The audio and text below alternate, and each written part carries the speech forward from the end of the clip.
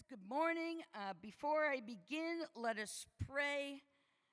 Please bring Murray Hill an iced coffee and install central air conditioning in this divine space. Thank you for listening. All right, well, kids, you can film me from that angle. Just watch the double chin, ma'am. First of all, thank you for inviting me to a church. If you had told a 12-year-old me, or even me this morning, that one day I'd be standing at the pulpit wearing a Knicks outfit, speaking at the start of Pride Month, I would say, "Dearest Father, I have sinned. Please don't let me explode into flames when I walk into this altar." Whew. Thank you, I made it. And Father Nicholson, it is Gay Pride today, so start of the Gay Pride Week. So may I, just for Pride Month, call you Daddy? For the 4 people that got that joke and the gay guy in the back, give yourselves a round of applause. Who is your daddy? Okay, keep it clean. All right. I know it's Pride, but today I want to talk about something else.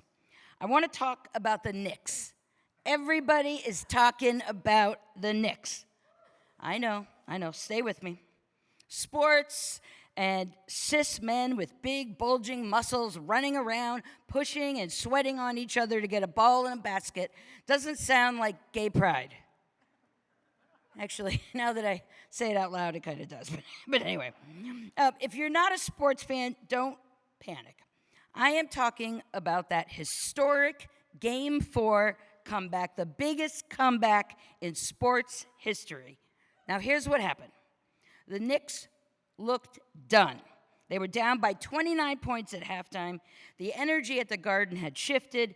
Everybody gave up hope. They left early. They went to go smoke pot in the bathroom. They went to sleep. People were already writing the stories in their head. It's too late now. They blew it. Not enough time. We'll never win. The game is rigged. Jalen's too small. People had counted them out. But, Daddy, the game wasn't over. And here's the thing I've learned in my very long life. People love to declare the game over before you've had your comeback. They do it to sports teams. They do it to neighborhoods. They do it to movements. And they have certainly done it to the LGBTQ people. Every generation of queer people has heard some version of, "Why do you need a whole month of Pride? We don't want your parade. Don't ask for more. Keep your head down. You are unworthy." The story gets written before the final buzzer, and yet, here we are. We're still here because queer people know something about comebacks. We know what it is to be underestimated. We know what it is to be told we're too loud, too different, too much, and too visible, all things my wife said to me this morning. We know what it's like to lose people, to lose rights, to lose safety, to lose certainty. We know what it feels like to sit in the fourth quarter wondering if we have enough fight left. And somehow we keep showing up. Because pride was never built on people who gave up. It was built on people who got knocked down and got back up. People who marched when it wasn't popular. People who loved when it wasn't legal. People who cared for each other when governments wouldn't. People who buried friends and still found the strength to dance. People who made families out of strangers. People who said, "If they won't save us, we'll save each other." That's our Game 4 energy. And here's another thing about that comeback, everybody. It wasn't one person. It was a team. And that's how movements work. Nobody gets free by themselves. Pride is not a solo act. It's not one drag queen or king or one activist or one daddy or one pastor or 2 20-something-year-olds that just walked in here thinking that there was free food. And it's not one short, chubby comedian talking in a church who's still high from the gummy they had last night. It's all of us. The elders who fought before us, the young people who are showing us who they are with breathtaking courage, the allies who stand before us, the people that hold the signs, the people that drive someone to an appointment, that volunteer, donate, vote, checking in on a friend, invite someone to the table. Every role matters. Every person counts. You don't have to score 30 points. Sometimes your job is to simply remind somebody else they belong here. Because community is our greatest strategy. It's how we survived, and it's how we will survive. The current political climate, well, I can't swear today, but it will make you tired. There are days where it feels like the headlines are designed to exhaust us and to divide us and to make us afraid, and that compassion is weakness, and that progress is irreversible. Maybe you felt that. I know I have.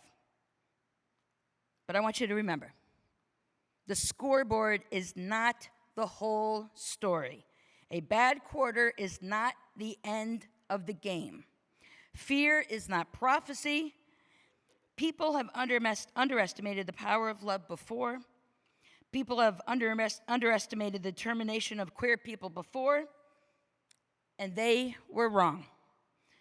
They were wrong because they forgot something. Hope isn't optimism. Hope is discipline. It's choosing to show up anyway. It's feeding people anyway. It's voting anyway. It's loving anyway. Hope is you. So as we begin this Pride Week together, I don't ask you to pretend that everything is fine, because it's not. But I do ask you this. Do not give up.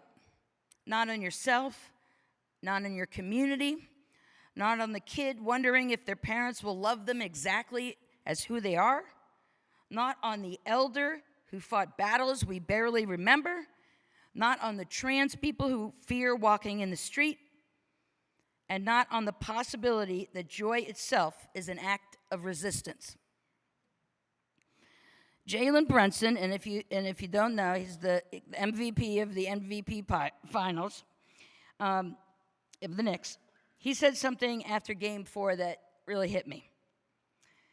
He said, and it's very New York, "You're allowed to think about the worst possible scenario, but you have to do something about it." So please keep showing up, keep caring for others, keep your chins up. And I know one thing about queer people, we have made miracles out of a lot less. The fourth quarter isn't over, so please, let's make our comeback together. Thank you. I'm Murray Hill, and does anybody have the key to the bathroom? That's it. Thank you.